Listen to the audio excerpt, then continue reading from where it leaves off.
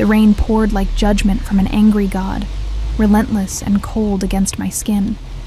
My thin uniform clung to my body as I ran through the darkened parking lot, mascara streaming down my face, mixing with raindrops and tears. Thunder crashed overhead, an exclamation point to the disaster my evening had become. Keys, keys, keys, I muttered, digging frantically through my soaked purse. The contents were a jumbled mess, just like my life. 24 years old, waitressing at an upscale restaurant where the tips were decent, but the management was hell, and now stranded in a storm because I'd forgotten to pay my car insurance. They'd repossessed it while I was mid-shift, leaving nothing but an empty parking space and a notice stuck to the ground with chewing gum. My fingers touched metal, not my keys, but the emergency hairpin I always carried. Useless. I swallowed a sob as lightning illuminated the parking lot, revealing a sleek black car at the far end. An Aston Martin, the kind that cost more than I'd make in 10 years. The kind of car that screamed money, power, and everything I didn't have. It sat there in pristine silence, a beacon in the storm. Something about it pulled at me, whispered possibilities. I approached cautiously, peering through the windows, empty. And, miracle of miracles, unlocked. Just for a minute, I whispered to myself, glancing around nervously. Just until the rain stops, the door opened with a soft click, and I slid into the passenger seat, immediately enveloped by the scent of expensive leather and something else, something dark and masculine that made my stomach tighten. Sandalwood, amber, and a hint of whiskey. I closed my eyes, feeling my heartbeat slow as warmth seeped back into my trembling limbs. This was someone's sanctuary, someone powerful. I could feel it in the meticulously clean interior, the understated luxury. No flashy accessories or unnecessary embellishments. Just pure, contained power. I should leave. Every instinct told me to get out of this car before its owner returned. But the rain hammered against the roof, and exhaustion weighed me down like concrete. I'd worked a double shift on 3 hours of sleep. My apartment was miles away, and I had no car, no ride, and no money for a cab. 5 minutes, I murmured, leaning my head back against the soft leather headrest. Just 5 minutes. Then I'll go. I didn't mean to close my eyes. I didn't mean to let my guard down, but the gentle purr of the ventilation system and the rhythmic patter of rain against the windows lulled me into a state of half-consciousness. In that moment of weakness, I didn't hear the driver's door open. I didn't sense his presence until the car dipped slightly with his weight, and a wave of that intoxicating scent, stronger now, mixed with rain and night air, washed over me. My eyes flew open. My heart stopped. He sat perfectly still, one hand on the steering wheel, the other holding a phone that glowed blue in the darkness. He wasn't looking at me yet, but I could feel the controlled tension in his body, the careful restraint of someone who had just found an intruder in their personal space. In the dim light, I could make out an expensive suit, charcoal gray, and perfectly tailored to broad shoulders. A gold watch glinted on his wrist, heavy and masculine. His profile was sharp, all angles and shadows, a straight nose, high cheekbones, and a jaw that could cut glass. Dark hair, slightly damp from the rain, swept back from his forehead. When he finally turned to face me, I felt the air leave my lungs. His eyes were the color of whiskey held up to firelight, amber and burning. They fixed on me with an intensity that pinned me to the seat. I couldn't move, couldn't breathe, couldn't think. "This," he said, his voice low and controlled with an accent I couldn't place, "is not an Uber." My mouth opened, but no sound came out. Up close, I could see the faint shadow of stubble along his jaw, the slight curl of his dark lashes, the perfect bow of his lips, now pressed into a thin line of displeasure. "I'm so sorry," I finally managed to whisper, my voice embarrassingly small. My car was repossessed, and the rain. I just needed shelter for a moment. "I'll go right now." I reached for the door handle, but his hand shot out, catching my wrist. His grip wasn't painful, but it was unyielding, like warm steel wrapped in velvet. His touch sent electric shocks up my arm, and I froze, trapped between fear and something else, something dangerous and unnamed. "You're soaking wet," he observed, his eyes traveling over my drenched uniform. A simple black dress now clinging to every curve of my body. I felt naked under his gaze, exposed in ways that had nothing to do with the thin, wet fabric. "I'm also getting your upholstery wet," I said, attempting a weak smile. "Another reason I should leave." He didn't smile back. Instead, his eyes narrowed slightly, assessing me with the cool calculation of someone who was used to sizing people up in seconds. I had the distinct impression I was being categorized, filed away in some mental system. His thumb moved almost imperceptibly against the inside of my wrist, where my pulse raced beneath his touch. "What's your name?" he asked. Not a request, a command. "Elise Parker." He nodded once, as if confirming something to himself. "Elise Parker, the waitress who brought me the Macallan 25, neat, 2 hours ago." My blood ran cold. He had been in the restaurant. I tried to recall serving him, but the evening had been a blur of faces and orders, and my own distraction after discovering my car was gone. "I didn't recognize you," I admitted. One corner of his mouth lifted in what might have been amusement. "Most people don't. It's by design." He still hadn't released my wrist, and I was becoming increasingly aware of his warmth, his proximity, the enclosed space we shared while rain drummed against the roof. Lightning flashed, illuminating his face for a split second, revealing something predatory in his gaze that made my stomach flip. "Mr. I prompted, suddenly desperate to put a name to this man who held me captive with nothing more than a touch and a look. "Russo," he said after a moment's hesitation. "Dominic Russo." The name hung in the air between us, heavy with unspoken meaning. It should have been just a name, 2 words, 7 letters. But something in his tone, in the way the syllables rolled off his tongue, suggested significance. Power. Warning. "Well, Mr. Russo," I said, trying to inject some confidence into my voice. "I apologize for the intrusion. If you could let go of my wrist, I'll get out of your car and let you get on with your evening."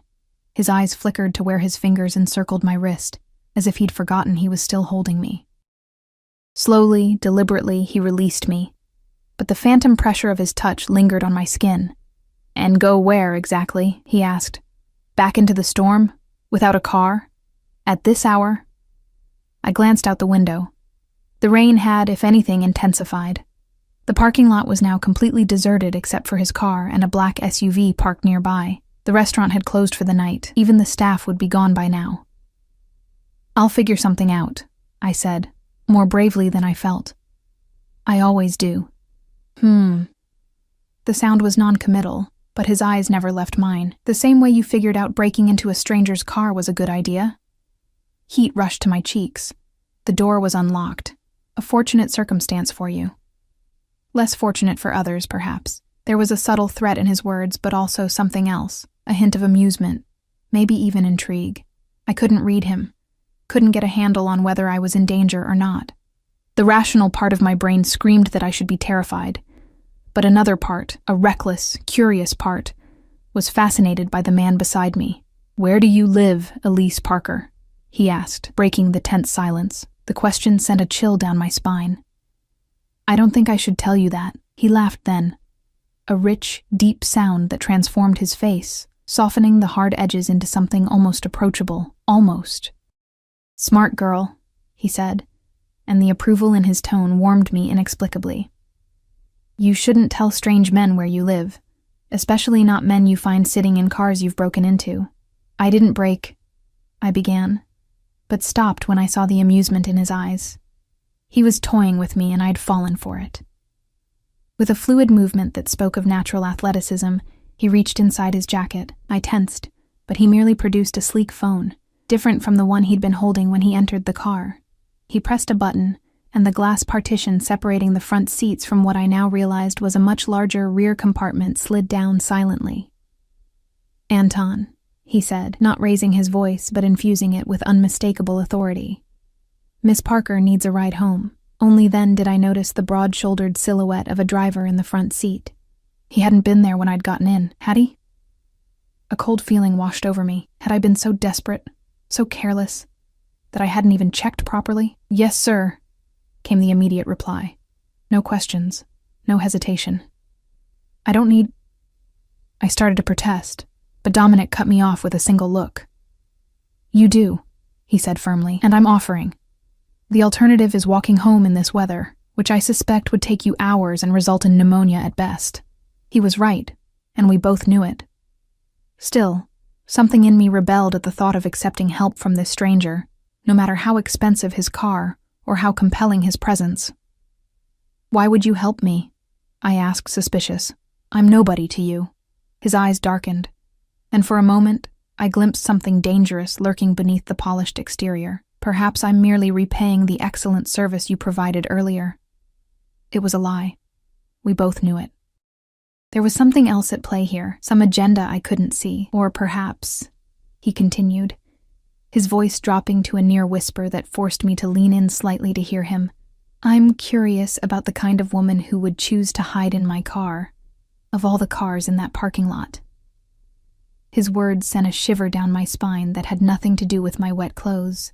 It was just chance, I said weakly. Your car was unlocked. I don't believe in chance, Elise Parker. The way he said my name, slowly, savoring each syllable, made it sound like a secret between us. Every choice has consequences. Every action creates ripples. The air between us seemed to thicken, charged with something I couldn't name. His proximity was intoxicating, confusing my senses and clouding my judgment. I needed to get away, to clear my head and put distance between myself and this man who radiated danger and temptation in equal measure. I'll accept the ride, I said finally, my voice steadier than I expected. Thank you. Something flickered in his eyes, satisfaction, perhaps. He nodded once, then pressed a button. The partition rose silently, giving us privacy once more. Your address? He asked. I hesitated, then gave it to him. He relayed it to the driver through what must have been an intercom system, then settled back in his seat, turning slightly to face me. Now, he said, his voice soft but commanding, tell me about your car. I shifted uncomfortably under his gaze, hyper-aware of my damp clothes and disheveled appearance. What about my car? Why was it repossessed? His question was direct, no cushioning, no pretense that it wasn't an invasive thing to ask a stranger. I missed payments, I admitted, feeling heat rise to my cheeks. 3 months' worth. I had to choose between insurance and rent. He nodded, as if this was exactly what he'd expected to hear. And the rent won. I can sleep in an apartment. I can't sleep in a car that's been towed away. A small smile played at the corners of his mouth. Practical. I appreciate practicality. The car moved silently through the rain-slicked streets, the world outside a blur of neon lights and shadows. I had no idea what time it was, but the city had that hollow emptiness that comes in the small hours, when even the most determined partygoers have surrendered to sleep. Do you always interrogate women you find in your car? I asked, trying to regain some control over the situation. Dominic's eyes glinted in the dim light. You're the first woman I've found in my car uninvited, so I have no precedent to follow. Lucky me, I murmured, looking down at my hands folded in my lap. Indeed, he replied, and something in his tone made me look up sharply. He was watching me with an intensity that was almost physical, as if he could see beneath my skin to the flutter of my pulse, the quickening of my breath. You're trembling, he observed. I'm cold. It wasn't entirely a lie. My wet clothes clung to my body, but the car was warm, and the real source of my trembling had nothing to do with temperature. Without a word, he shrugged off his suit jacket and held it out to me. The gesture was so unexpected that I stared at it for a moment before tentatively reaching out to take it. Our fingers brushed, and that same electric shock raced up my arm. The jacket was still warm from his body, and as I draped it over my shoulders, I was enveloped in his scent, that intoxicating blend of sandalwood, amber, and something uniquely him. It was heavy, expensive wool that probably cost more than my monthly rent, and far too large for me. I felt like a child playing dress-up, but also strangely protected, as if the jacket were armor against the world. Thank you, I said softly. He inclined his head slightly but said nothing, his eyes never leaving mine. The silence between us stretched, taut with unspoken questions and possibilities. Tell me about yourself, Elise Parker, he said finally, breaking the silence but not the tension. I laughed nervously. There's not much to tell. Everyone has a story. He settled back in his seat, one arm stretched along the back of the seat, fingers inches from my shoulder. "What's yours?" Maybe it was exhaustion, or the surreal quality of the night, or the way he looked at me, as if I were a puzzle he was determined to solve. But I found myself talking. I told him about growing up in a small town 2 states away, about the community college degree in business administration I'd earned through night classes while working full-time, about the string of jobs that never quite paid enough, and the dream of opening my own small cafe someday that seemed to slip further away with each passing month. He listened with unnerving focus, asking occasional questions that revealed how carefully he was paying attention. Where most people's eyes would glaze over, his remained sharp, assessing, cataloging every word. "And your family?" he asked. "Mom died when I was 16, cancer," I said, the words automatic after years of answering the same question. "Dad remarried a year later. We don't talk much." "Siblings?" I shook my head. "Only child." Something flickered in his eyes, understanding, perhaps, or recognition. "As am I," he said quietly. The admission felt strangely intimate, a small piece of himself offered in exchange for my story. It made me bold enough to ask, "And what's your story, Mr. Russo?" His smile was enigmatic. "Call me Dominic." "Dominic," I repeated, testing the name on my tongue. It suited him. Strong, classic, with a hint of something ancient and powerful. "My story is complicated," he said after a moment's consideration. "And not particularly suited for first meetings in borrowed cars. Is that what this is? A first meeting?" His eyes darkened. "Do you want it to be?" The question hung in the air between us, heavy with implication. I should say no. I should thank him for the ride and walk away when we reached my apartment. I should forget those amber eyes and the way they seemed to see right through me. But something reckless stirred inside me, a hunger for more than the careful, practical life I'd built for myself, a life that was falling apart despite all my caution. Before I could answer, the car slowed and came to a smooth stop. I glanced out the window and recognized my run-down apartment building, its brick facade worn and weathered, the front steps crumbling at the edges. "It appears we've arrived," Dominic said, his voice neutral. But I thought I detected a hint of disappointment. "Yes," I replied, suddenly reluctant to leave the warm cocoon of his car, his presence. "Thank you for the ride." I started to shrug off his jacket, but his hand on my arm stopped me. "Keep it," he said. "You can return it another time." Another time. The words sent a thrill through me that I tried to suppress. "I don't know when I'll see you again, don't you?" His smile was knowing, confident. "I dine at Bellissimo every Friday evening at 8, table 15. The implication was clear. If I wanted to see him again, I knew where to find him. The ball was in my court, or at least, that's what he wanted me to believe. Something told me that Dominic Russo was not a man who left anything to chance. I nodded, not quite trusting my voice. I reached for the door handle, but before I could open it, Anton appeared outside, opening the door and holding an umbrella over the space between the car and my building entrance. "Good night, Elise," Dominic said, his voice low and intimate. "Good night, Dominic." I stepped out of the car, clutching his jacket around me against the chill of the early morning air. Anton escorted me to the door of my building, silent and efficient, then melted back into the night without a word. I didn't look back as I climbed the stairs to my third-floor apartment, though I could feel the weight of Dominic's gaze following me until I disappeared from view. The jacket hung on the back of my bedroom door for a week. Sometimes, when I couldn't sleep, I would press my face to the expensive wool and breathe in the lingering scent of him, letting my mind wander down dangerous paths. I told myself I wouldn't go to Bellissimo on Friday.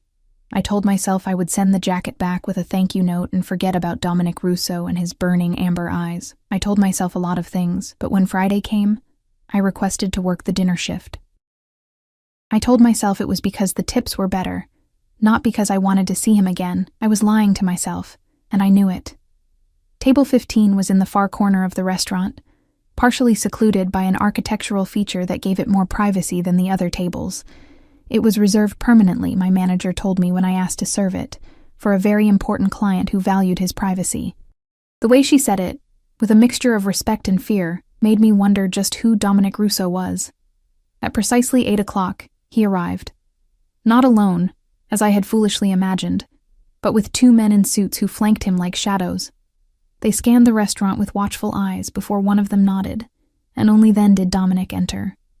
He wore a different suit tonight, midnight blue, impeccably tailored to his powerful frame.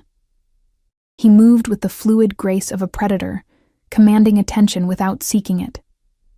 Conversations hushed as he passed, heads turned subtly to watch him, and then quickly away, as if afraid to be caught staring. I stood frozen by the bar, his jacket folded neatly in a bag at my feet, my heart hammering against my ribs. What was I doing? This man was clearly someone important, someone powerful, someone far out of my league. The past week of fantasies suddenly seemed childish and naive. But then he saw me, and something in his expression shifted. The cool mask of indifference melted into recognition, into pleasure. He changed course, heading directly toward me, and the world narrowed to just the 2 of us. "Elise," he said, my name a caress on his lips. "You're here." I swallowed hard. "I work here, remember?" A smile played at the corners of his mouth. "Indeed." "And my jacket?" I bent down to retrieve the bag, our fingers brushing as I handed it to him. The same electric current ran between us, and I wondered if he felt it too. "Thank you again," I said, hating how breathy my voice sounded, "for the ride, and for lending me this. It was my pleasure."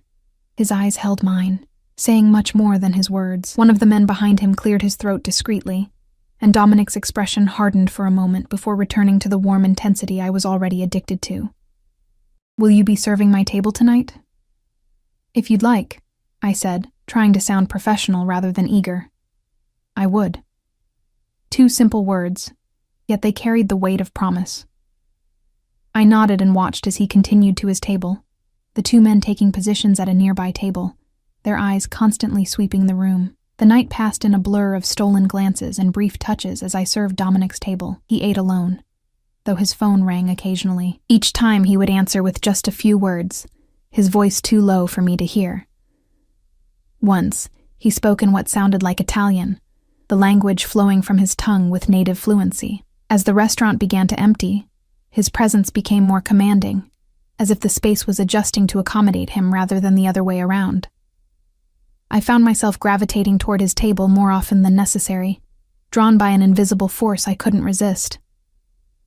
"Join me," he said, as I cleared his dessert plate, tiramisu barely touched. "I'm working," I replied, though my shift had technically ended 20 minutes earlier. "Are you?" His knowing smile told me he was well aware of that fact. "1 drink, Elise. That's all I'm asking." I hesitated, balanced on the knife's edge of decision. 1 drink with a man I barely knew, a man who radiated danger and power in equal measure, a man who made my heart race and my common sense falter. 1 drink, I agreed finally, setting down the dessert plate. I went to the back to hang up my apron and check my appearance in the small mirror in the staff bathroom. My reflection stared back at me, cheeks flushed, eyes bright with anticipation and fear. "What are you doing?" I whispered to myself. There was no good answer. When I returned, Dominic had dismissed everyone, the other waitstaff, the busboys, even his own men, with what must have been a generous tip, judging by their eager compliance.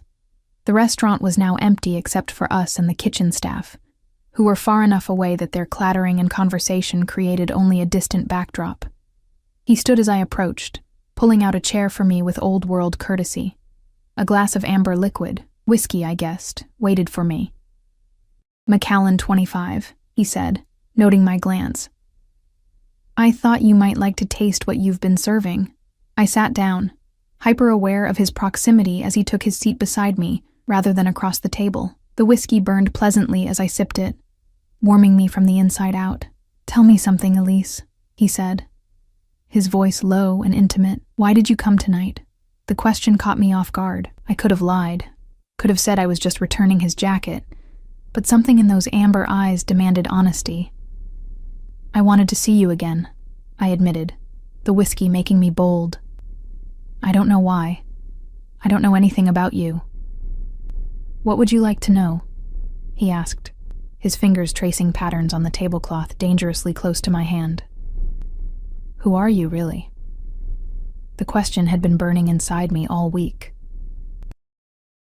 Those men who came with you, they're not just friends, are they? Dominic's expression remained unreadable, but something flickered in his eyes. Calculation, perhaps, or caution. No, he said finally. They're not friends, they're employees. Security? He inclined his head slightly, among other things. Why do you need security to eat dinner? A smile ghosted across his lips. The world can be a dangerous place, Elise. Especially for some people. People like you? I pressed, knowing I was pushing boundaries but unable to stop myself. His hand covered mine, warm and strong. Yes, people like me. The touch sent heat spiraling through me, pooling low in my belly. I should pull away. I should ask more questions. I should demand straight answers. Instead, I turned my hand over, letting our palms meet, fingers intertwining. His thumb brushed over my wrist, finding my pulse, which betrayed my racing heart. You should be careful, he murmured, leaning closer. Curiosity can be hazardous. Is that a threat? I asked, my voice barely above a whisper. A warning. His gaze dropped to my lips, then back to my eyes. I'm not a good man, Elise. Then why am I still here? His smile was dangerous, predatory. That's the question, isn't it? The world narrowed to the space between us, to his hand holding mine, to the heat in his amber eyes. I knew I should leave, knew I was stepping into something I didn't understand, but I couldn't make myself pull away. Dance with me, he said suddenly, the words both question and command. I glanced around the empty restaurant. There's no music. Without breaking eye contact, he reached into his pocket and pulled out his phone. A few taps later, soft, haunting music filled the air. A slow, sensual melody that seemed to wrap around us like silk. He stood, still holding my hand, and pulled me gently to my feet. There's always music, Elise. You just have to know where to find it. We moved to a small space between tables, and his hand settled at the small of my back, drawing me close. I placed my free hand on his shoulder, feeling the solid strength beneath the expensive fabric of his suit. He was taller than me by nearly a foot, forcing me to tilt my head back to meet his gaze. We began to move, and I realized immediately that Dominic Russo danced the way he did everything else, with confident precision and natural grace. He led with subtle pressure from his hand on my back, guiding me effortlessly through steps I didn't know I could follow. You dance well, he murmured, his breath warm against my ear. I'm following your lead, I admitted. His hand tightened slightly at my waist. Smart girl. The song changed to something slower, more intimate, and Dominic drew me closer until my body was pressed against his. I could feel the steady beat of his heart, smell that intoxicating scent that had lingered on his jacket all week, sense the controlled power in his movements. What are we doing, Dominic? I whispered, my cheek against his chest. His hand moved up my back, fingers splaying across my shoulder blades. Dancing, Elise. You know that's not what I mean. He pulled back slightly to look at me, his expression serious. What do you want us to be doing? The question hung between us, laden with possibility. What did I want? I barely knew this man, yet I was drawn to him with an intensity that frightened me. Everything about him screamed danger. Yet here I was, in his arms, wanting more. I don't know, I said honestly. I don't know anything about you, except that you're probably dangerous and definitely out of my league. A shadow of a smile crossed his face. Perceptive, on both counts. His hand came up to cup my cheek, his thumb brushing across my bottom lip. But you're still here. My breath caught in my throat. I'm still here. Why? It was my turn to be questioned, to be analyzed under that amber gaze. Because when I'm with you, I feel alive. Like I've been sleepwalking through my life, and you woke me up. Something flickered in his eyes, surprise perhaps, or recognition. His hand slid from my cheek to the nape of my neck, fingers tangling in my hair. Dangerous indeed, he murmured. And then he was kissing me. His lips were firm and confident, claiming mine with a possessiveness that sent heat spiraling through me. The kiss deepened, his tongue teasing the seam of my lips until I opened for him with a soft sigh. He tasted of expensive whiskey and forbidden promises, and I melted against him, my arms winding around his neck. One kiss became many, each more intense than the last. His hands mapped my body through the thin fabric of my uniform, leaving trails of fire in their wake. I moaned into his mouth as his fingers found the zip at the back of my dress, slowly lowering it inch by inch. "Not here," I gasped, pulling away slightly. The restaurant might be empty, but the kitchen staff was still nearby, and the windows faced the street. Dominic's eyes were dark with desire, his breathing as uneven as mine. "My car is outside." It wasn't a question, but I nodded anyway. He pressed one more searing kiss to my lips, then stepped back, taking my hand in his. I hurriedly zipped my dress back up with my free hand, suddenly self-conscious under his hungry gaze. He led me through the restaurant and out the back door, where the sleek Aston Martin waited, engine running, a different driver than Anton behind the wheel. The man got out immediately as we approached, avoiding eye contact with me as he opened the rear door. Dominic helped me inside, then slid in next to me. The door closed with a soft thud, sealing us into our private world. The privacy partition was already up, giving us complete seclusion. "Where are we going?" I asked, suddenly nervous despite the desire still coursing through my veins. "My place," he said, watching my reaction carefully. "Unless you'd prefer yours?" The thought of taking Dominic Russo to my tiny, run-down apartment with its second-hand furniture and leaky faucets was laughable. "Yours," I agreed, trying to sound more confident than I felt. He nodded once, then pressed a button to communicate with the driver. "Home, Marco." The car pulled away from the curb, gliding silently through the nighttime streets. Dominic turned to me, his eyes reflecting the passing streetlights. "Having second thoughts? Should I be?" I countered. His smile was slow and predatory, probably. "Are you going to give me a reason?" Instead of answering, he reached for me, pulling me onto his lap so that I straddled him, my dress riding up my thighs. His hands settled on my waist, thumbs tracing circles on my hip bones through the fabric. "I could give you several," he murmured, leaning up to press hot kisses along the column of my throat. "But right now, all I want to do is this." His mouth found mine again, and rational thought fled. I surrendered to the sensation of his hands on my body, his lips against mine, the hard evidence of his desire pressing against me through his expensive suit pants. Time lost meaning as we kissed, touched, explored, the car's movement adding another layer of sensuality to each caress.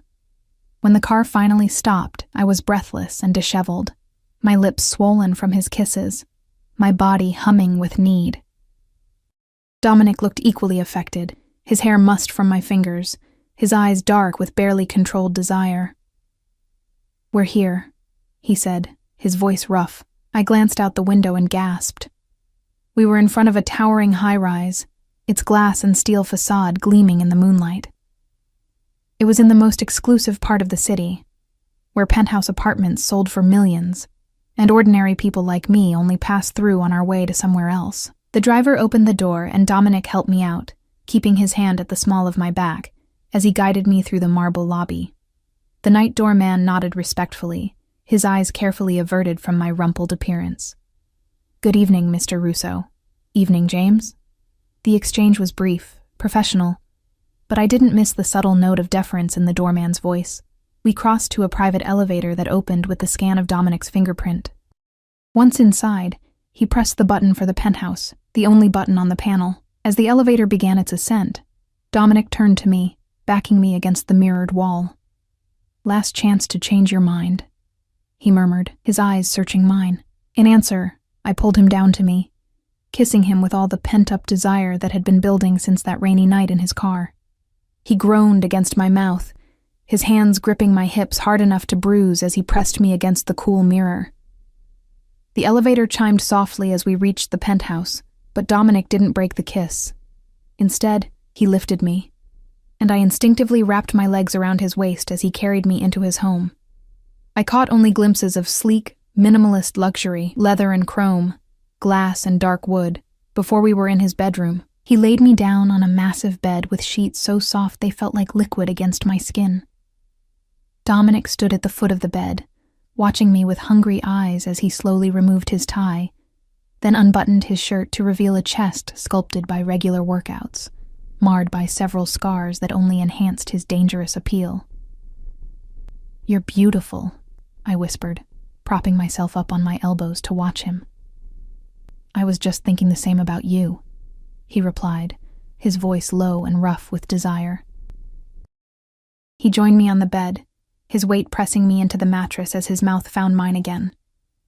His hands made quick work of my dress, sliding it down my body until I lay beneath him in just my underwear, simple black cotton that suddenly seemed woefully inadequate. But the hunger in his eyes as he looked at me made me feel beautiful, desired, powerful in a way I'd never experienced before.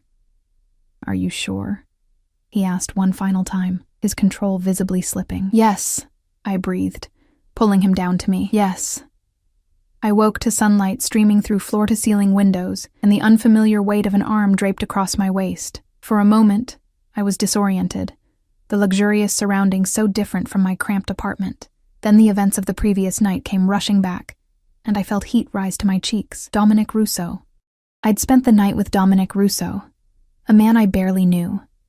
A man who had security guards and a private elevator and moved through the world like he owned it. I turned carefully to look at him. In sleep, his face was softer, younger. The hard edges of control relaxed into something almost vulnerable. Dark lashes rested against his cheeks, and his hair was tousled in a way that made him look almost boyish. One of the scars I'd noticed last night ran from his collarbone down across his left pectoral, a thin, white line that looked like it had been made by a knife. There were others, too. A puckered mark on his right shoulder that could only have been from a bullet. A jagged line along his ribs. What kind of businessman came by scars like these? As if sensing my scrutiny, Dominic's eyes opened, instantly alert. The vulnerability vanished, replaced by that now familiar intensity. "Good morning," he said, his voice husky with sleep. "Morning," I replied, suddenly self-conscious of my nakedness, of the intimacy we'd shared, of the questions swirling in my mind. He reached up to tuck a strand of hair behind my ear, his touch gentle. "What are you thinking?" "That I don't know who you are," I said honestly. "Not really." Something shuddered in his eyes, but he didn't look away. "No, you don't." "Are you going to tell me?" He was silent for a long moment, his fingers tracing patterns on my bare shoulder. "What do you want to know?" "Everything," I said. "But let's start with what you do, because I'm pretty sure it's not just business, like you told me last night." A smile played at the corners of his mouth. "I did tell you that curiosity can be hazardous. Is that a threat?" "A fact." His hand moved to my neck, thumb resting lightly against my pulse point. Not threatening, but reminding me of his strength, his control. "Some questions are better left unasked, Elise. And if I ask them anyway," his smile turned predatory, "then you'd better be prepared for the answers." Before I could respond, his phone rang. A sharp, insistent sound that cut through the tension between us. Dominic's expression hardened as he reached for it, checking the screen before answering. "Russo," he said, his voice suddenly cold and businesslike. He listened for a moment, then responded in rapid Italian, the words flowing with native fluency. I watched as he transformed before my eyes, the passionate lover of last night becoming something else entirely, something harder, more dangerous. He rose from the bed, magnificent in his nakedness, and walked to the window, continuing his conversation in that language I couldn't understand. I caught only a few words: familia, problema, subito, but the tone told me everything I needed to know. Whatever this call was about, it was serious. When he ended the call, he stood for a moment with his back to me, shoulders tense, head slightly bowed. Then he turned, and I almost gasped at the change in him. This was not the man who had danced with me, who had made love to me with such passion. This was someone else, someone colder, harder, more remote. "I have to go," he said, already moving to his closet, pulling out clothes with efficient movements. "Business." "Is everything okay?" I asked, clutching the sheet to my chest. He paused, looking at me with an expression I couldn't read. "It will be." I watched as he dressed in a suit even more expensive than the one he'd worn last night, his movements precise and controlled. He strapped what looked like a gun holster to his shoulder before shrugging on his jacket, and my blood ran cold. "Dominic?" I said, my voice barely above a whisper. "Who are you?" He came to sit on the edge of the bed, fully dressed now, a study in controlled power. His hand cupped my cheek, thumb brushing across my bottom lip. "I told you last night, I'm not a good man, Elise." His eyes held mine, serious and intense. "But I want you to stay. Wait for me. I'll be back tonight, and we can talk then." Part of me wanted to run, to grab my clothes and never look back. But a larger part, the part that had been drawn to him from that first moment in the rain, wanted to stay, wanted answers, wanted him. "Okay," I said finally. "I'll stay." Relief flickered in his eyes, so brief I almost missed it. He leaned down to kiss me, a kiss that was both a promise and a claiming.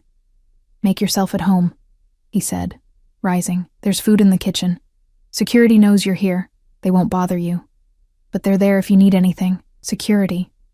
Of course there would be security. I nodded, watching as he checked his phone one more time, then slipped it into his pocket. "Dominic," I called as he reached the bedroom door. He paused, looking back at me. "Be careful."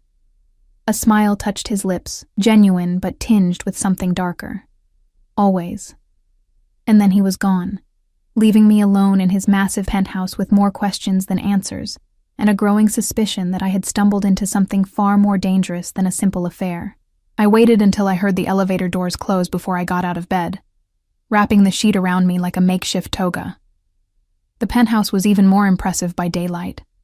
All clean lines and minimalist luxury, with floor-to-ceiling windows offering a panoramic view of the city. The kitchen was a chef's dream, all stainless steel and marble.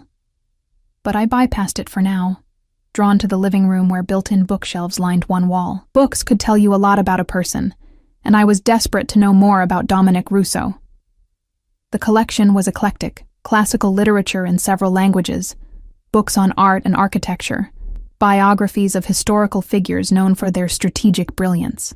Several shelves were dedicated to what looked like first editions, their leather bindings rich with age. But it was a framed photograph on one of the shelves that caught my eye, the only personal touch in the otherwise impersonal space. It showed a younger Dominic, perhaps in his early 20s, standing beside an older man who shared his strong features and penetrating gaze. They were both in formal wear, standing on the steps of what looked like an Italian villa. The older man had his hand on Dominic's shoulder, his expression proud but stern. I was so absorbed in studying the photograph that I didn't hear the elevator until it chimed. Startled, I turned, clutching the sheet tighter around me, expecting, hoping, to see Dominic returning. Instead, a woman stepped into the penthouse. She was strikingly beautiful, with cascading dark hair and eyes the same amber as Dominic's. She wore a sleek designer dress and carried a small gift bag in one manicured hand. She stopped short when she saw me, her perfectly arched eyebrows rising in surprise.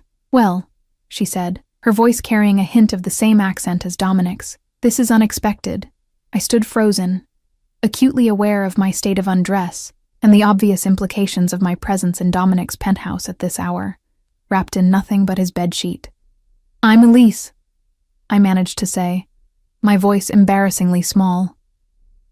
The woman's eyes traveled over me, assessing and cataloging in a way that reminded me uncomfortably of Dominic. A smile curved her lips, not entirely friendly. "I'm Sophia," she said, "Dominic's sister." Sister. The word hung in the air between us, reshaping my understanding of the photograph I'd just been studying. The older man must be their father. The family resemblance was striking.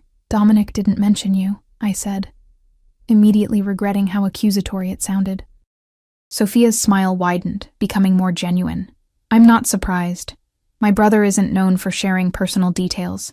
She moved further into the apartment, with the easy familiarity of someone who had been there many times before, especially not with his guests. The slight pause before guests told me exactly what she thought of my presence here. Heat crept up my neck, staining my cheeks. "He asked me to wait for him," I said, feeling the need to justify my presence, to make it clear I hadn't just been a one-night stand. Sophia set the gift bag on the sleek coffee table and regarded me with curious eyes. "Did he now?" How interesting. Before I could respond, she glanced at her watch, a delicate gold thing that probably cost more than 6 months of my rent. I can't stay. I just dropped by to leave a birthday gift for our father. The party is tonight. She tilted her head, studying me. But now I'm wondering if my brother will be bringing a +1. The implication that Dominic might bring me to a family gathering sent a flutter of panic through me. I don't think— No need to be nervous, Sophia interrupted, her smile now openly amused. Though I'd suggest wearing something other than Egyptian cotton, no matter how well it suits you. I clutched the sheet tighter around me, mortification making it hard to meet her gaze. I'll keep that in mind. Sophia moved toward the elevator, then paused, turning back to me with a more serious expression. A word of advice, Elise? My brother is complicated. Be careful. It was the second warning I'd received about Dominic in less than 24 hours, and this one sent a chill down my spine. Careful of what exactly? Something flickered in Sophia's eyes. Concern, perhaps, or caution. Of getting in too deep, too quickly. She pressed the elevator button. Dominic doesn't do casual, but his version of serious comes with complications. The elevator doors opened, and she stepped inside, giving me one last appraising look. It was nice meeting you, Elise. I have a feeling we'll be seeing each other again. The doors closed, and I was alone once more, her words echoing in my mind. Complications. It seemed everyone was determined to warn me about Dominic Russo without actually telling me what I needed to be warned about. I looked down at the sheet wrapped around me and made a decision. I needed answers. And standing around in Dominic's bedsheet wasn't going to get them for me. I returned to the bedroom and found my clothes from the night before, neatly folded on a chair, Dominic's doing, I assumed, since I'd been too distracted to care where they landed as he'd peeled them off me. The memory sent heat pooling in my belly, but I pushed it aside, focusing on the task at hand. Once dressed, I began a more thorough exploration of the penthouse. The place was immaculate, designed for comfort and luxury, but with minimal personal touches. The kitchen was fully stocked, but looked barely used. A home office contained an imposing desk and state-of-the-art computer setup, but the desk drawers were locked.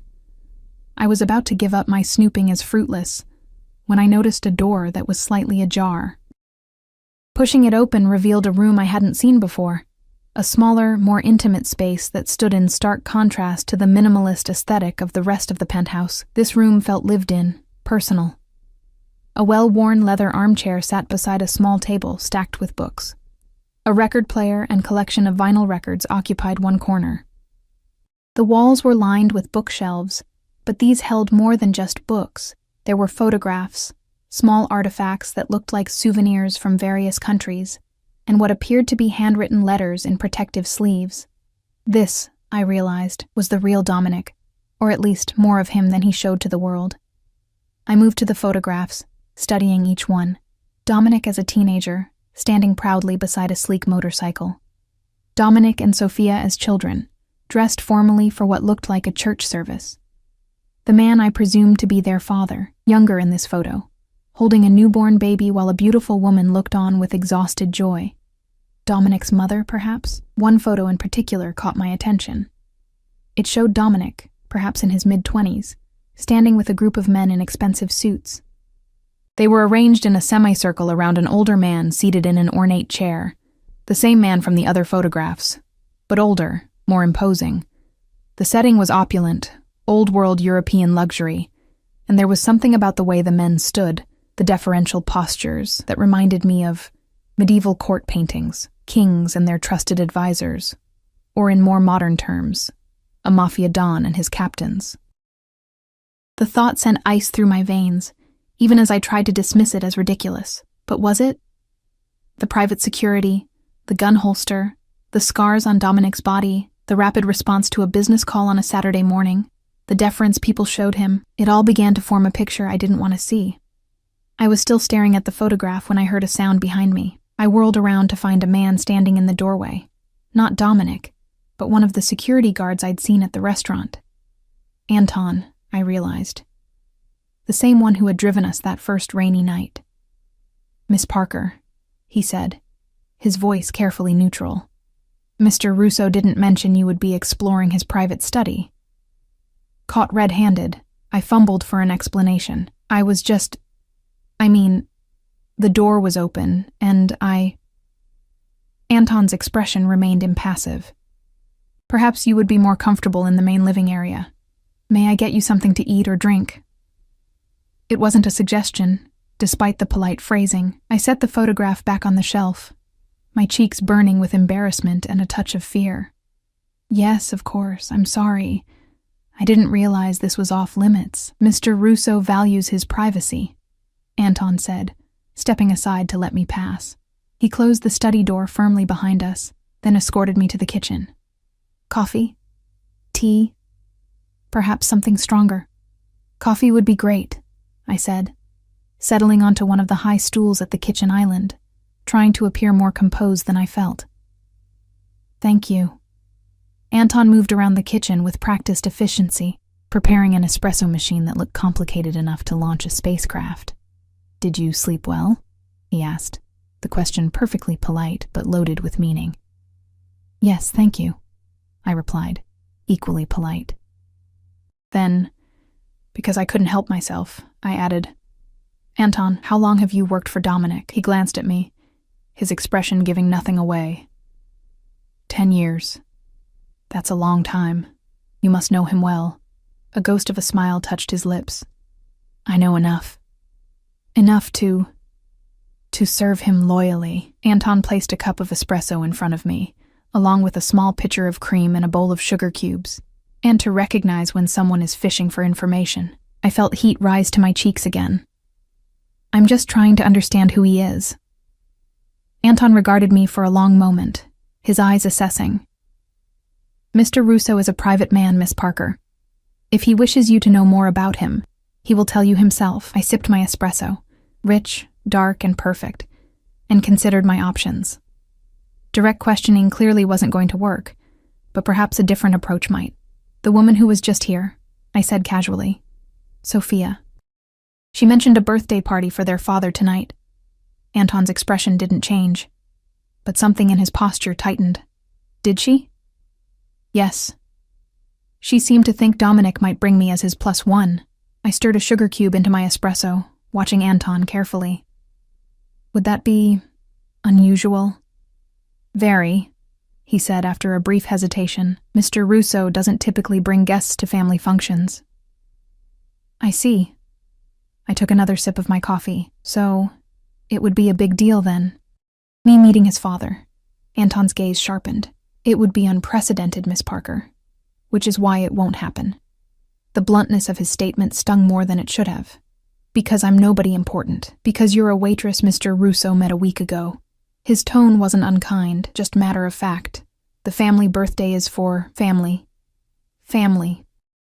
There was something in the way he said the word, something that reinforced my growing suspicions about exactly what kind of family Dominic belonged to. Before I could pursue that line of questioning, my phone rang. I fished it out of my purse, expecting to see Dominic's number, but instead found my manager's name on the screen. With a grimace, I answered. Elise, where the hell are you? Sarah's voice was sharp with irritation. Your shift started half an hour ago. I closed my eyes, mentally kicking myself. In the whirlwind of last night and this morning, I'd completely forgotten that I was scheduled to work the lunch shift today. I'm so sorry, Sarah. I'm not feeling well. The lie came easily, too easily. You sound fine to me, she said suspiciously. This isn't like you, Elise. I know, I'm really sorry. It hit me suddenly. Some kind of stomach bug, I think. I forced a weak tone into my voice, aware of Anton watching me with barely concealed amusement. Sarah sighed. Fine. I've already called in Jenny to cover for you. But I'm marking this as an unexcused absence, Elise.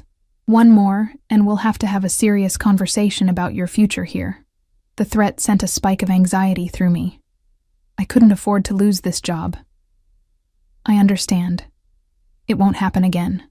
See that it doesn't. She hung up without saying goodbye. I set my phone down, avoiding Anton's gaze. I should go, I said, sliding off the stool. Please tell Dominic I had to leave for work. Mr. Russo asked you to wait for him. Anton reminded me, his tone neutral, and I'd like to, but I need my job. I gathered my purse, searching for my shoes, which I eventually found neatly placed by the couch. Please let him know I'll call him later. Anton followed me to the elevator, his presence a silent reminder of his role as both servant and gatekeeper. As the doors opened, he said, "Miss Parker." I turned, one foot already in the elevator. Mr. Russo does not appreciate being disobeyed. His expression was serious, his eyes conveying a warning that made my stomach clench. When he asks something of you, it's best to comply. Fear skittered down my spine, mingling with indignation. I'm not one of his employees, Anton. I don't take orders from him. A smile ghosted across Anton's face. Don't you? The elevator doors closed before I could respond, leaving me alone with my swirling thoughts and the uncomfortable realization that I might be in far deeper than I'd imagined. I spent the rest of the day in a fog, going through the motions of my normal Saturday routine. Laundry at the rundown laundromat down the street, grocery shopping with my carefully budgeted list, a quick call to check on my elderly neighbor.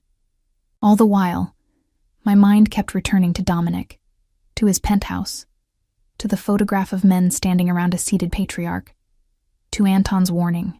By evening, I was exhausted, both physically and mentally.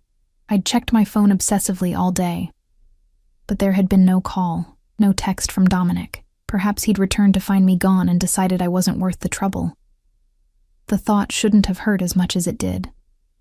I was soaking in my tiny bathtub, trying to ease the tension in my muscles when my doorbell rang. I ignored it at first, probably just kids playing pranks or someone with the wrong apartment. But when it rang again, more insistently, I sighed and climbed out of the tub, wrapping myself in a threadbare towel. "Coming," I called, padding to the door with wet feet, leaving small puddles on the worn linoleum. I peered through the peephole and my heart nearly stopped. Dominic stood in the hallway, his expression thunderous, flanked by Anton and another man I didn't recognize. All three wore formal suits, and Dominic carried what looked like a garment bag over one arm. I opened the door a crack, acutely aware of my state of undress and dripping hair. "Dominic, what are you doing here?" His eyes raked over me, lingering on the droplets of water trailing down my neck to disappear beneath the towel. "You left." "I had to work," I explained, clutching the towel tighter. "I asked Anton to tell you." "He did." Dominic's voice was controlled, but I could sense the anger simmering beneath the surface. "May we come in?" It wasn't really a question. I stepped back, opening the door wider, painfully conscious of how shabby my apartment must look to these men, with their expensive suits and luxury lifestyles. Dominic entered first, his presence immediately making my small living room seem even smaller. Anton and the other man followed, taking positions near the door like sentinels. "I need to get dressed," I said, fighting the urge to apologize for my apartment, for my poverty, for everything that made me so different from Dominic's world. "No." The single word stopped me in my tracks. Dominic held up the garment bag. "You'll wear this." "What? Why?" I looked from the bag to his face, confusion warring with indignation. "Where are we going?" "To my father's birthday celebration." His tone made it clear this was not open for discussion. "You have 30 minutes to shower, fix your hair, and get ready. Anton will assist you if needed." I stared at him, disbelief giving way to anger. "Excuse me? You can't just show up at my apartment and start giving orders. I never agreed to go to any party." Dominic stepped closer, his heightened presence intimidating in the confined space of my apartment. "You agreed to wait for me, Elise. Instead, you left. You went through my private study without permission, and now you're refusing a simple request to accompany me to an important family event." His voice dropped lower, more dangerous. "I'm beginning to think you don't understand how this works." "How what works?" I demanded, my voice rising despite my best efforts to stay calm. "What exactly is this, Dominic?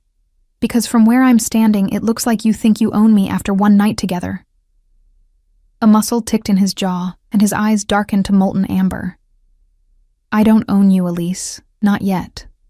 But make no mistake, when I want something, I get it. And right now, I want you by my side tonight." The possessiveness in his tone sent a confusing mix of fear and desire coursing through me. This was not the charming, controlled man who had danced with me in an empty restaurant. This was someone else, someone used to command, to obedience, Someone dangerous. I took a deep breath, trying to organize my thoughts. Why me? Why tonight? Your sister said you never bring anyone to family functions. Something flickered in his eyes, surprise, perhaps, that I had spoken to Sophia. My sister talks too much. She was just being friendly, I said defensively. Sophia is never just anything. He set the garment bag on my couch and closed the distance between us, one hand coming up to cup my cheek. His touch was gentle, at odds with the intensity in his eyes. Tonight is important, Elise. I want you there. Please. The please caught me off guard. It was the first time he'd asked rather than commanded, and it disarmed me more effectively than all his intimidation tactics. Why is it important for me to be there? I pressed, not quite ready to surrender. His thumb stroked my cheekbone, leaving a trail of fire in its wake. Because I want my father to meet the woman carrying his grandchild. The world tilted beneath my feet. What are you talking about? Dominic's eyes never left mine, watching every nuance of my expression. You're pregnant, Elise, with my child. That's impossible, I whispered, my voice barely audible even in the quiet apartment. We were together once, last night. Dominic's expression remained unreadable. Once is all it takes, but how would you even know? I don't know. My mind raced, trying to calculate days and dates. My period was due next week. There were no symptoms, no signs, nothing to indicate a pregnancy. There's no way you could know. A small enigmatic smile touched his lips. I know. I stepped back, needing distance from his overwhelming presence, from the certainty in his voice that shook me to my core. You're lying. You're trying to manipulate me into going with you tonight. His eyes hardened. I don't lie, Elise. Not to you. Then you're mistaken, I insisted, my voice rising with panic. It's too soon to know. Not for my doctor. He reached into his jacket pocket and pulled out a small envelope, holding it out to me. Your blood work from this morning. I stared at the envelope, not reaching for it. What are you talking about? I didn't have any blood work done. You did. While you were sleeping. His tone was matter of fact, as if having blood drawn from a sleeping woman without her consent was perfectly normal.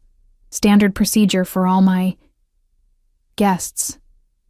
The casual violation sent a wave of nausea through me, followed quickly by rage. You had no right. That's assault. It's illegal. Many things I do are illegal, Elise. His honesty was more frightening than any threat could have been. But I take care of what's mine, and now that includes you and our child. Our child? The words hung in the air between us.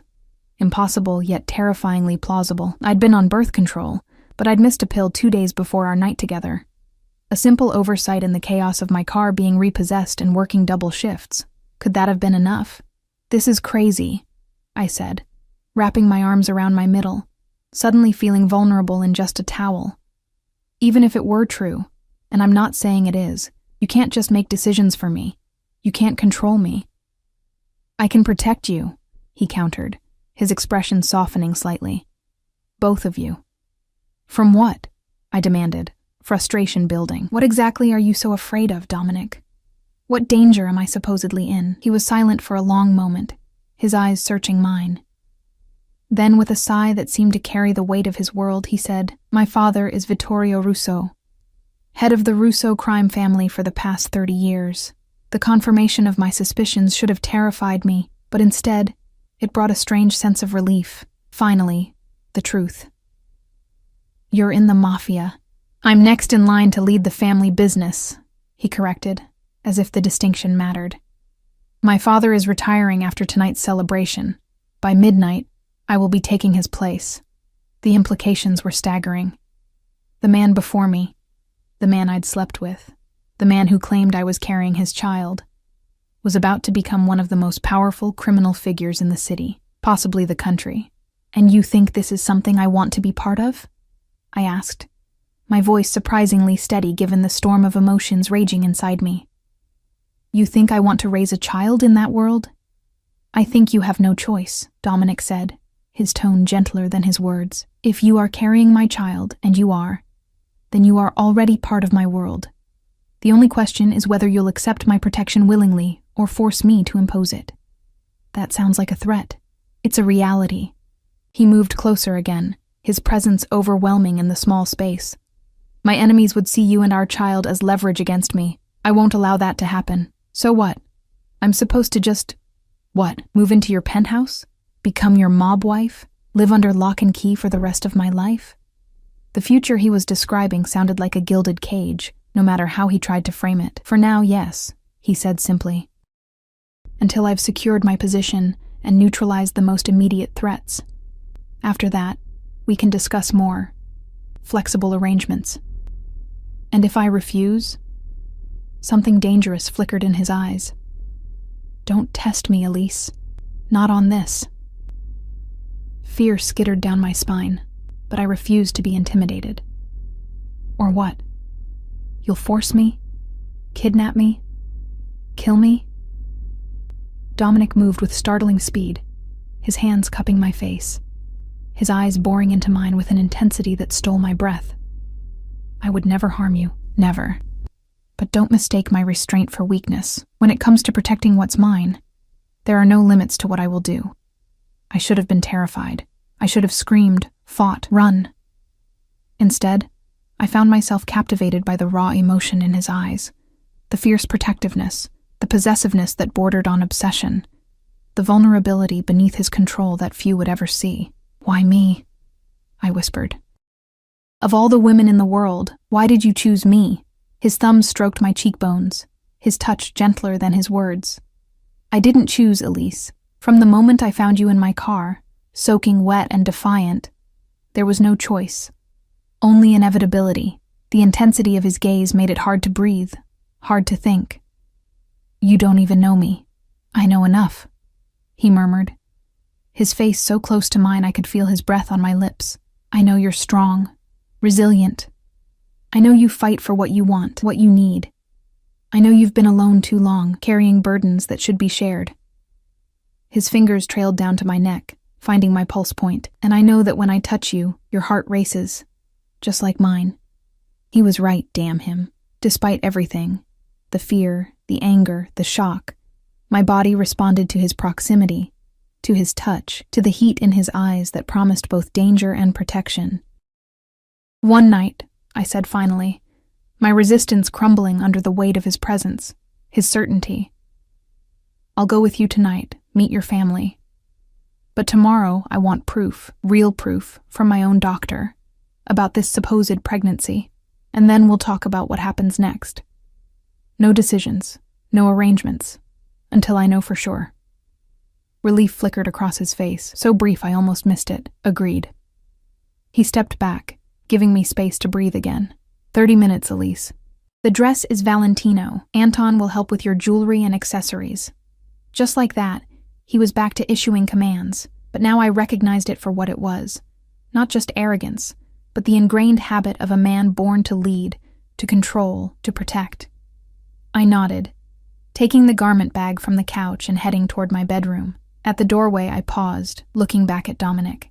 If this is real, the pregnancy, what makes you so sure I'll agree to be part of your world? His smile was slow, confident, almost tender. Because you already are, Elise. You just don't know it yet. The Valentino dress was a deep crimson, the color of wine in firelight, of blood in water. It fit as if made for me, the silk clinging to curves I hadn't known I possessed. Anton had indeed come prepared with jewelry, a simple diamond pendant and matching earrings that I suspected were real and terrifyingly expensive. When I emerged from my bedroom, Dominic's eyes darkened with appreciation and something more possessive, more primal. He crossed the room in 3 long strides, taking my hands in his. Beautiful, he murmured, lifting my fingers to his lips. But something's missing. From his pocket, he produced a small velvet box.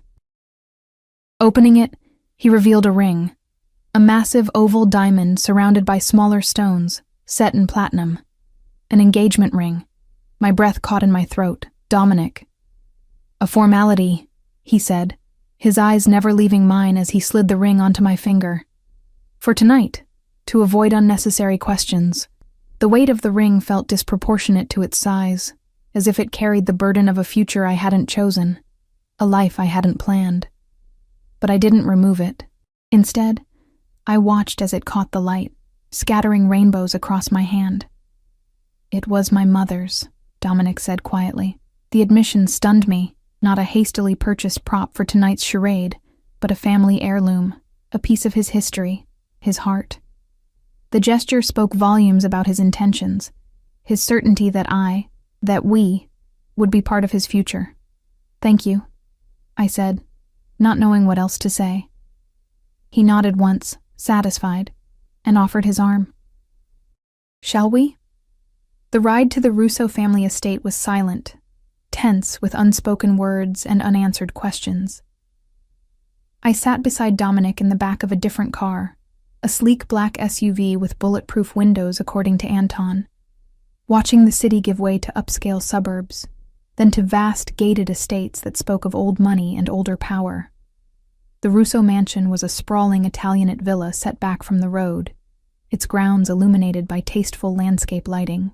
Security checkpoints dotted the long driveway, each manned by suited men with earpieces and barely concealed weapons. They nodded respectfully to Dominic as our car passed, their eyes lingering curiously on me. "Remember," Dominic said as we approached the main house, "you are my fiancé. We've been seeing each other discreetly for months. You're carrying my child, and we couldn't be happier about it." I turned to him, eyebrow raised. "That's quite a story. What happened to your policy of not lying?" "Half-truths," he corrected, a small smile playing at the corners of his mouth. "You are carrying my child, and I couldn't be happier about it." Before I could respond, the car stopped at the foot of a grand marble staircase leading to the mansion's entrance. A valet opened Dominic's door, and he stepped out, coming around to my side to help me. His hand at the small of my back was both supportive and possessive as we climbed the stairs. The doors opened as we approached, revealing a butler in formal attire. "Mr. Russo," he greeted, bowing slightly. "And Miss Parker," Dominic supplied. "My fiancé." The butler's composure slipped for just a moment, his eyes widening slightly before he regained his professional demeanor. "Of course, sir. Miss Parker, the family is gathered in the main salon." We followed him through a grand foyer, past priceless artwork and antiques that spoke of generations of wealth and power. The house was palatial, intimidating in its opulence, yet there was a warmth to it that surprised me. Family photographs on side tables, fresh flowers arranged in vases, the scent of home-cooked Italian food wafting from somewhere deep in the house. As we approached the salon, I could hear voices, animated conversation, laughter, the clink of glasses. Dominic squeezed my hand, a gesture of reassurance that I found oddly comforting despite everything. "Ready?" he murmured. I nodded, not trusting my voice, and we stepped into the room. Conversation halted as heads turned toward us. The salon was filled with people, men in expensive suits, women in designer dresses, a few children playing in one corner under the watchful eyes of what appeared to be nannies. At the center of it all, seated in a high-backed chair that could have passed for a throne, was the man from the photographs, Vittorio Russo, patriarch of the Russo crime family. He was older than in the pictures I'd seen, his once dark hair now silver, but his eyes, the same amber as Dominic's, were sharp and alert.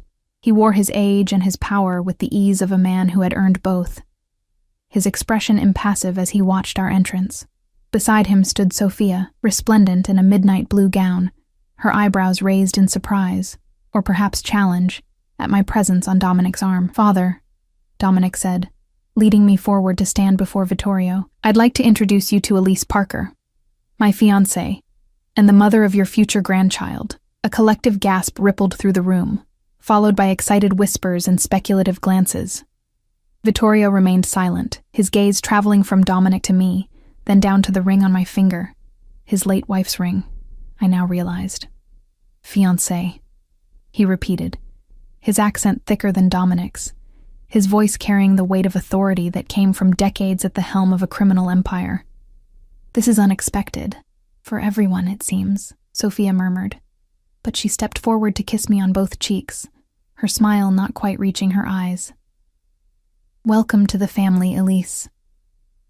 "Thank you," I managed, feeling dozens of eyes on me, assessing, judging, calculating what my presence meant for the balance of power within the family. Vittorio beckoned me closer. "Let me see you, girl." I approached, conscious of Dominic's steadying presence beside me. Vittorio took my hand, examining the ring, then looked up at my face with those penetrating amber eyes. "You are afraid," he observed, "but not of me. Interesting." "I'm not afraid of what you are," I said, finding my voice at last. "Only of what it means for my future. For our child's future." Something like approval flickered across his weathered features. Honesty. "Good. There is too little of it in our world." He glanced at Dominic. "You chose well, my son. She has spirit." "I know," Dominic replied, his hand finding the small of my back again, warm and reassuring. Vittorio turned his attention back to me. "My son tells me you carry my grandchild, the next generation of Russo blood." His hand, gnarled with age but still strong, came to rest on my still flat stomach. A blessing. A future for our family. The gesture was intimate, presumptuous, yet strangely moving. This powerful, dangerous man already saw my unborn child, if there even was one, as his legacy, his immortality. "I will protect you," Vittorio said, his voice low enough that only Dominic and I could hear. "Both of you, as will Dominic. The Russo family takes care of its own." "Thank you," I said, not knowing what else to say. He nodded once, then released my hand, turning to address the gathered family members. "Tonight, we celebrate not one transition, but two. My retirement, and the announcement of a new Russo generation to come." Cheers erupted. Glasses were raised, and suddenly we were surrounded by well-wishers, family members eager to meet Dominic's mysterious fiancé and congratulate us on the pregnancy. Through it all, Dominic kept me close, his arm around my waist, his presence a shield against the overwhelming tide of strangers and their expectations. Hours later, after dinner and dancing and the formal ceremony transferring leadership from father to son, Dominic led me to a quiet balcony overlooking the estate's gardens. The night air was cool against my heated skin, a welcome respite from the crowded rooms and constant scrutiny. "You did well," he said, his voice warm with pride as he handed me a glass of water. No alcohol, I noted, because of the baby he was so certain existed. Did I have a choice? I leaned against the stone balustrade, looking out over the immaculate grounds. Security personnel patrolled the perimeter, their dark forms barely visible in the shadows. "Your family is intense." Dominic chuckled, the sound low and intimate in the quiet night. "That's one word for them. Scary is another," I admitted. "They won't hurt you, Elise." His hand covered mine on the balustrade, warm and strong. "No one will, as long as you're with me." I turned to face him, really looking at him in the moonlight. He was devastatingly handsome in his formal wear, power and danger wrapped in civilized clothing. But I was beginning to see beyond that. To the man who had danced with me in an empty restaurant, who had given me his mother's ring, who looked at me as if I were the answer to a question he'd been asking his whole life. "And if I'm not carrying your child?" I asked, the question that had been haunting me all evening. "What then?" His expression remained unchanged. "You are." "But if I'm not," I pressed. "If this was all a misunderstanding or a manipulation to get me here tonight, what happens tomorrow when we find out the truth?" Dominic stepped closer, one hand coming up to cup my cheek.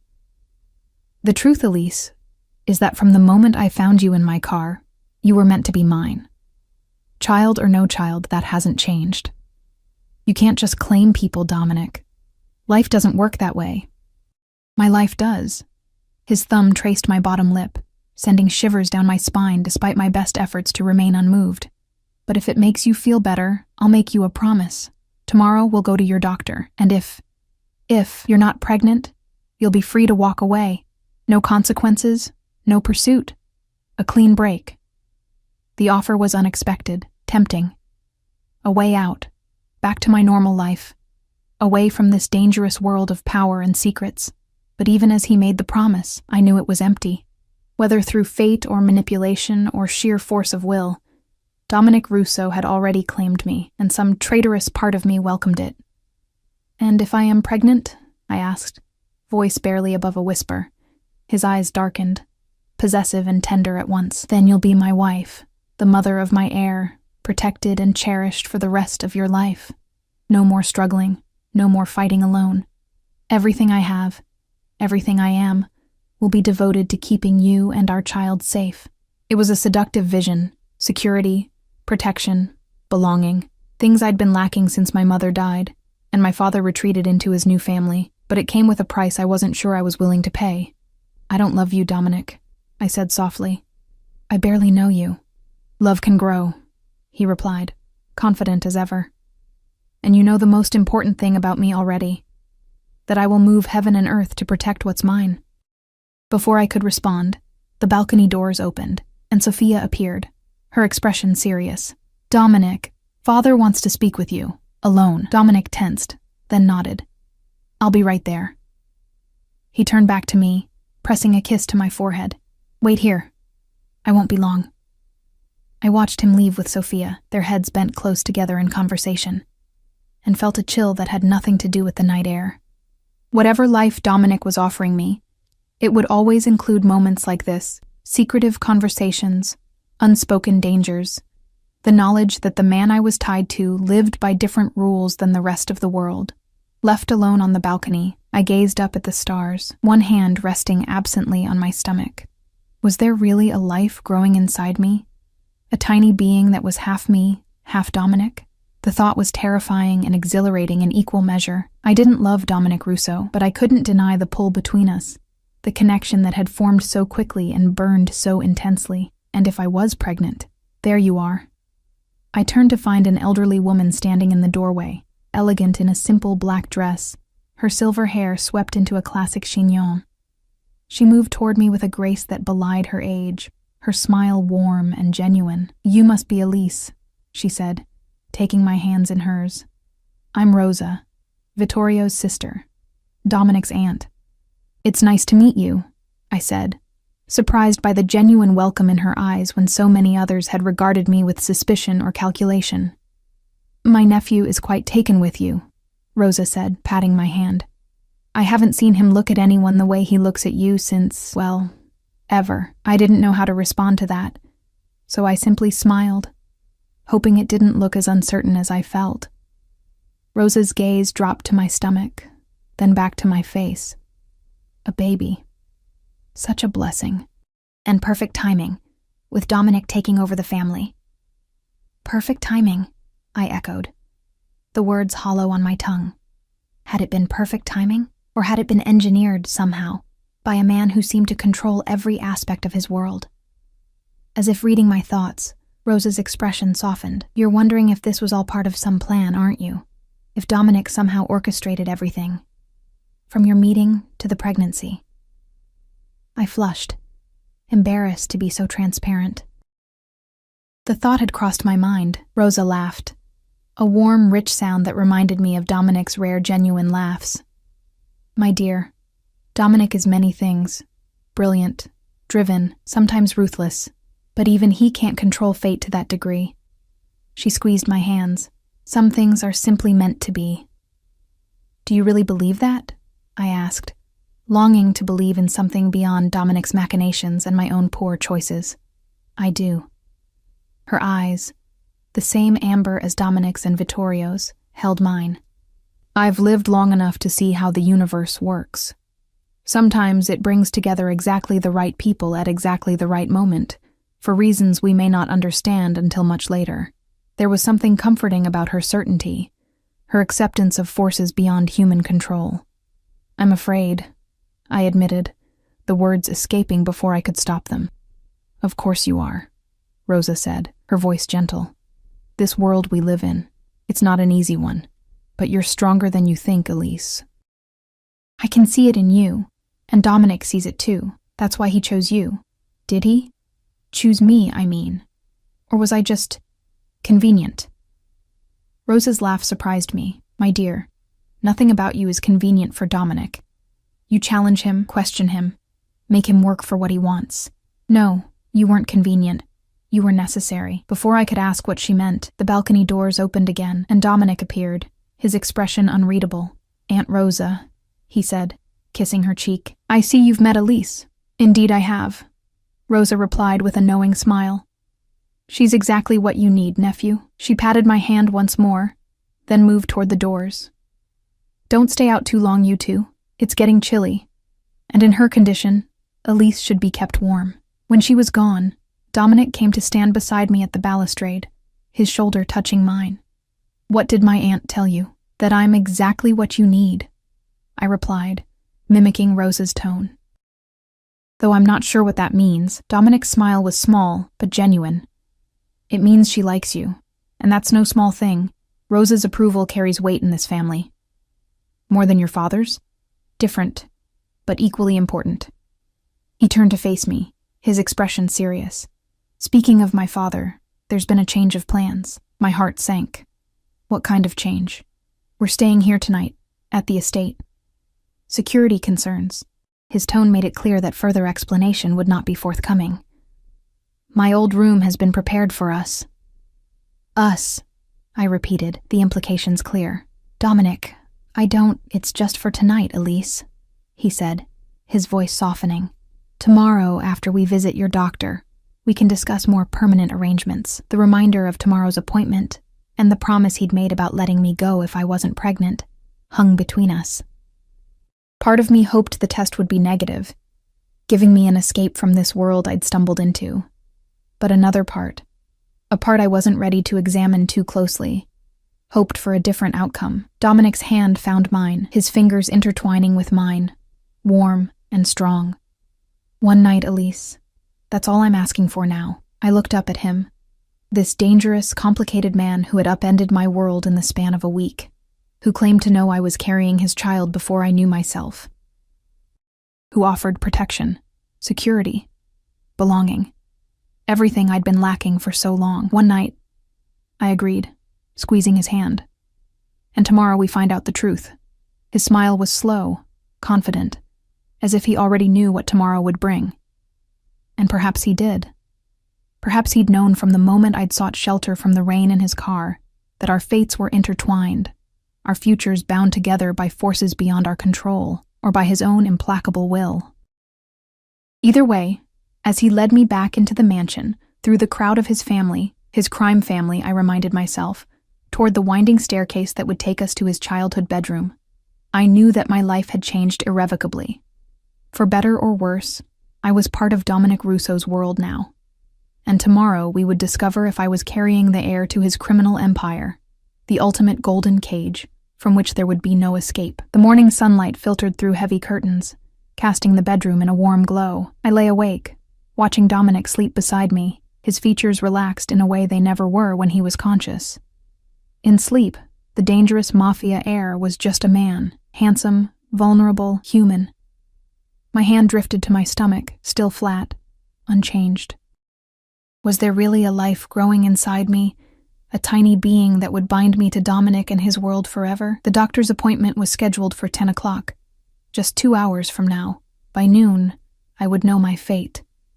As if sensing my thoughts, Dominic's eyes opened, instantly alert. He reached for me, pulling me against his chest, his heartbeat strong and steady beneath my ear. "Morning," he murmured, pressing a kiss to the top of my head. "Morning," I replied, my voice muffled against his skin. "Did you sleep well?" "Better than I have in years." His hand traced lazy patterns on my bare back. "You?" Surprisingly, yes, it was true. Despite everything, I had slept soundly in his arms, in this fortress of a mansion with its armed guards and security systems.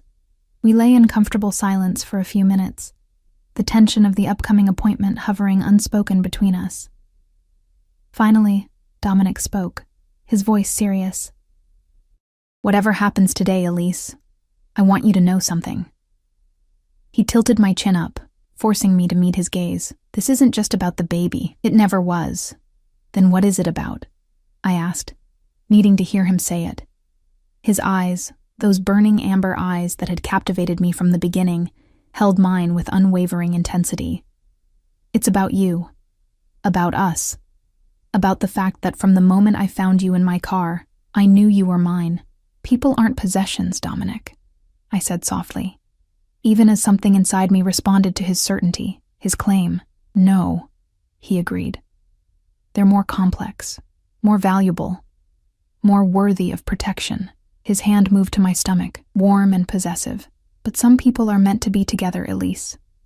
Call it fate, call it destiny, call it my stubbornness, but you and I were meant to find each other. I wanted to argue, to resist his certainty, his arrogance. But as his lips found mine in a kiss that was both tender and possessive, I found myself surrendering to the connection between us, a connection that had formed in the rain, strengthened in the night, and now promised a future I'd never imagined. Later, as we dressed for the doctor's appointment, me in clothes Dominic had somehow had delivered to the mansion, he in another impeccable suit, I caught him watching me with an expression I couldn't quite decipher. "What?" I asked, self-conscious under his scrutiny. "Nothing," he said, but his smile told me it was far from nothing. "I was just thinking how right you look here. With me, the simple statement shouldn't have affected me as deeply as it did, but after years of feeling out of place, unwanted, invisible, the recognition, the belonging, was more intoxicating than I wanted to admit." In the car on the way to my doctor's office, Dominic held my hand, his thumb tracing circles on my palm. The gesture was soothing, grounding, as if he sensed my growing anxiety about what we would learn. "Remember your promise," I said, as the car pulled up outside the medical building. "If I'm not pregnant, you'll be free to walk away," he finished, his expression unreadable. I remember. But something in his tone, in the set of his jaw, told me it wouldn't be that simple. Dominic Russo was not a man who easily let go of what he considered his. And somehow, against all logic, against all my better judgment, he had decided I belonged to him. As we entered the doctor's office, Dominic's hand at the small of my back, I realized with sudden clarity that regardless of the test results, I was already entangled in his world, already bound to him in ways that went beyond a potential pregnancy. I had stepped into Dominic Russo's car seeking shelter from the rain, not knowing that I would find shelter of a different kind. Dangerous, complicated, but more secure than anything I'd known before. Not knowing that I would end up potentially carrying the Mafia king's heir. Not knowing that, pregnant or not, I had already been claimed. And as we waited for the doctor to call my name, Dominic's confident presence beside me, I admitted a truth I'd been fighting since that rainy night. Part of me, a growing part, welcomed the claiming. "Elise Parker?" The nurse stood in the doorway, clipboard in hand. I stood, Dominic rising with me, his hand never leaving mine. "Ready?" he asked, his eyes holding mine. "For the test, for the truth, for the life that awaited us regardless of the outcome. A life with this dangerous, possessive, captivating man who had upended my world in the span of a week." "Ready," I replied, and stepped forward into my future.